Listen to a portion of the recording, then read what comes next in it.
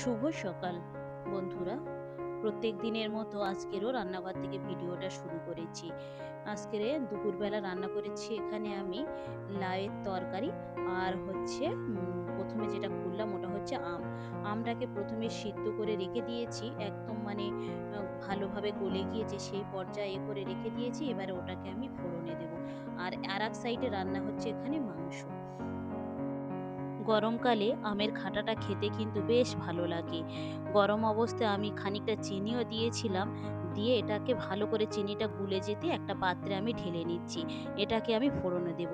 একদম অল্প করে তেল দেব আর এতে দেবো একটু কালা জিরে, দিয়ে এখানে আমি ফোড়নে দেব। পাত্রটা বসিয়ে দিয়েছি, দিয়ে এখানে দিয়ে দিচ্ছি একদম সামান্য তেল আর অল্প একটু কালা জিরের ফোড়ন।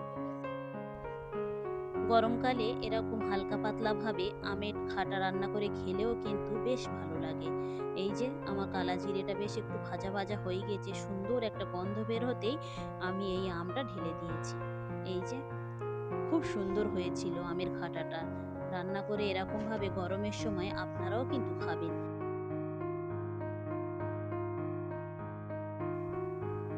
খুব সুন্দরভাবে আমের খাটাটা একটু ফুটিয়ে নিয়েছি, এবারে এটাকে আমি একটা পাত্রে আবার ঢেলে নেব।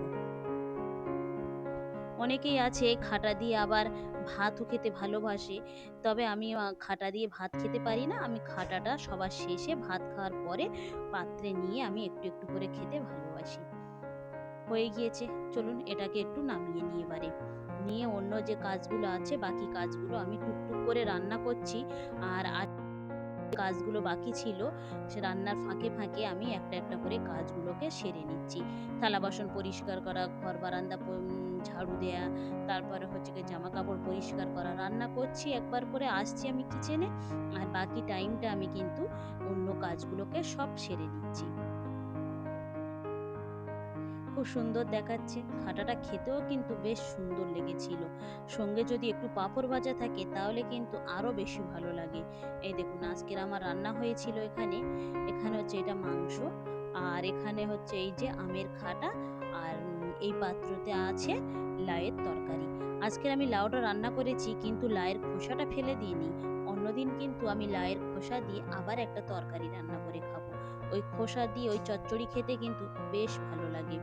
বিকেলবেলা কিছু জিনিসপত্র নিয়ে এসেছিল বাজার থেকে, সেই জিনিসপত্রগুলোকে আমি পাত্রে করে সব তুলে নেব। কি কি এনেছে চলুন একবার আপনাদেরকেও দেখাই কি নিয়ে এসেছিল। এখানে নিয়ে এসেছে কয়েকটা লেবু, আর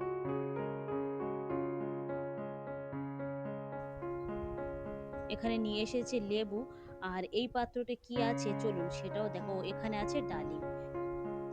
সবগুলোকেই তুলে নিই, তারপরে ছেলেপুলেদেরকে একটু ফল কেটে দেবো, সকলকে ফল কেটে দেবো। আর এই যে গুড়ের খাস্তাটা, এটা খেতে আমার বেশ ভালো লাগে। ছোটবেলা থেকে এই খাস্তাটা আমার খুব প্রিয়। চলুন ঢালছি, কিন্তু মনটা চাইছিল যে একটা খাই। তা সবগুলো ঢালা হয়ে যাক, তারপরে একটা এখান থেকে আগে খাবো, তারপরে এগুলোকে আমি সব যে যার পাত্রে রেখে দেবো। ভিডিওটা তাহলে এখানেই শেষ করছি। ভালো থাকবেন, সুস্থ থাকবেন, আর ব্লগটি কেমন লাগলো অবশ্যই জানাবেন। ভালো লাগলে একটা সাবস্ক্রাইব করে দেবেন। দেখা হবে পরবর্তী ব্লগে।